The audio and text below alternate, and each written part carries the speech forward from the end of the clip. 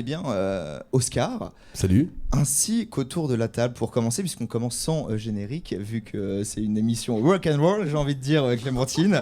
Et donc nous commençons avec le Club des Losers, puisque ce soir nous allons présenter ce festival. Clémentine. Bah oui, c'est la 15e édition. C'est la 15e édition. Qu'est-ce que nous allons avoir pendant cette soirée, très rapidement, Clémentine? Beaucoup d'interviews et puis aussi, petite nouveauté, des showcases. Et ouais, en live direct sur la scène qui est juste derrière nous. Voilà, donc si vous nous écoutez, on est dans le club du Tetris, la petite salle tout au fond, donc n'hésitez pas à venir nous faire un petit coucou. Effectivement. Et pour commencer, on commence à la Wall Again to Beast to Fly avec le Club des Losers. Bonsoir, bienvenue. Salut. Swazik nous a préparé quelques questions pour toi, donc l'interprète, le représentant du Club des Losers. Donc Swazik, je t'en prie. Pour commencer, comment va ton chat ? Elle va bien. Très bonne question. Non, très bonne question parce que parfois les chats vont mal, mais ça va. Je l'ai laissé tout à l'heure, ça a l'air d'aller. Ok, la séparation ça va, c'est pas trop compliqué ? Non, une soirée ça va. Et est-ce que plus tu passes du temps avec ton chat, moins t'as envie de passer du temps avec les humains ? Non, je passe plus de temps avec mon chat. En plus, mon chat adore le jazz, donc on écoute beaucoup de jazz ensemble. Bah, c'est parfait. Alors, pour passer aux questions un petit peu plus sérieuses... C'était des questions hyper sérieuses. Hein. Bah oui, non, c'est vrai. Moi, je suis franchement très intéressée par rapport à ton chat, t'inquiète pas.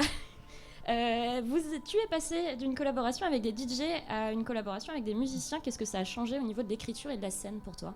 Alors, au niveau de l'écriture, pas grand-chose. Sur scène, avec un DJ, toute l'énergie vient du rappeur. Donc en l'occurrence de moi, donc c'est un peu comme du stand-up, donc il y a un côté challenge qui est intéressant, mais après je me suis rendu compte que sur des grandes scènes de festival, je trouve que ça atteint un petit peu ses limites, et puis Club des Losers c'est un groupe qui existe depuis pratiquement plus de 20 ans maintenant, donc j'avais l'impression d'avoir fait le tour de l'exercice, et comme sur le dernier album que j'ai fait, il n'y a aucun sample, j'ai composé absolument tout, je voulais un album plus organique, je trouvais ça bien d'être sur scène avec des musiciens. Et ça change pas mal de choses aussi pour le flow sur scène, au sens où j'ai pas juste envie que les musiciens soient un backing band et qu'ils soient derrière et que ça soit genre moi devant, et je veux vraiment que les gens aient l'impression que ça soit un groupe et que chacun ait ses moments. Donc on a beaucoup bossé pour ça. D'accord. Et au niveau de ta formation, tu dis que tu composes, donc t'as une formation musicale à la base qui est... Oui, je suis retourné un peu au conservatoire pour l'album. Après, je suis autodidacte. Hein. En fait, j'écoute tellement de disques, je suis un gros collectionneur de disques, donc à force d'écouter, c'est venu comme ça. Et au niveau de l'écriture, parce que c'est beaucoup des histoires que tu racontes. Sur ce dernier album, ouais. Ouais, et je voulais savoir qu'est-ce que tu avais comme influence littéraire, parce qu'on me demande souvent les influences musicales, mais très peu au niveau de l'écriture. En fait, j'aime pas tellement le terme d'influence, au sens où je vais pouvoir aimer un auteur, et c'est pas forcément pour ça que je vais m'en inspirer. J'aime bien la littérature américaine en général, parce que je la trouve elle est assez dure, vu que les États-Unis sont un pays dur. Les auteurs qui sont souvent des mecs un peu laissés pour compte, ça sent un peu la bile. J'aime bien John Fante, j'aime bien Bukowski, par exemple, voilà.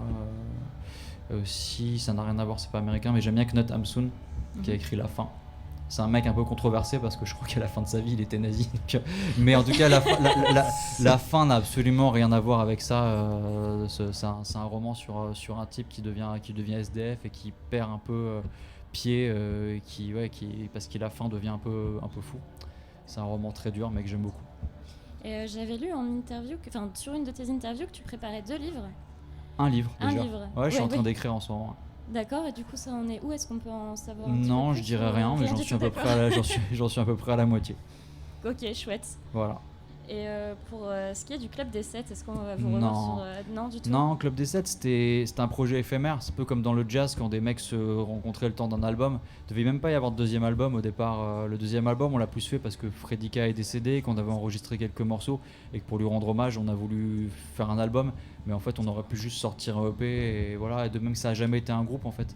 C'est moi en tant que beatmaker qui a invité des mecs à poser sur des instrus, mais c'était un projet éphémère comme l'atelier à l'époque. Très bien. Benjamin, je crois que tu avais une question à poser. Il n'y a pas un jingle pour la question de Benjamin ? Non, mais on peut le faire à la voix. La question de Benjamin. Voilà. La question de Benjamin. Elle intéresse bien, c'est qu'un jingle comme ça. Ah, franchement, tu préfères cache-cache ou chat perché ? Je préfère chatte bien cachée pour pouvoir la trouver. Voilà. C'est tout pour moi. Tu fais un lâcher le micro à la fin ? Ouais. Ok, bah moi j'ai plus de questions pour le moment. Du coup, si. Et ben. Merci beaucoup. Et ben merci, au revoir, salut les jeunes, ciao. Tu passes à partir de 21h45 sur la scène du Fort. Donc on viendra évidemment te voir avec grand plaisir. Merci beaucoup Swazik et merci évidemment au Club des Losers d'avoir pris du temps pour nous. Sans plus tarder, on se fait une petite pause musicale. On se retrouve après, Clémentine. Bah oui, avec plaisir. Tu nous as fait une sélection toi-même, Clémentine, musicale. Mais oui, alors forcément. Et on c'est va une commencer. sélection Alors, spéciale West Park. ouais, et tu l'as trié de ton côté, mais de notre côté, ça s'est trouvé totalement Et ben voilà, non. envolé. Même pas. Là, c'est bien. Eh c'est bien, parfait. trié. Eh ben, nickel. Alors, dis-nous tout, Clémentine. Et bah tout de suite, on va passer un titre de Jane Birkin issu de l'album Birkin Gainsbourg Le Symphonique. Et donc c'est l'album pour lequel Jane Birkin est actuellement en tournée. Et donc elle est tout de suite sur la grande scène du Chapapaz,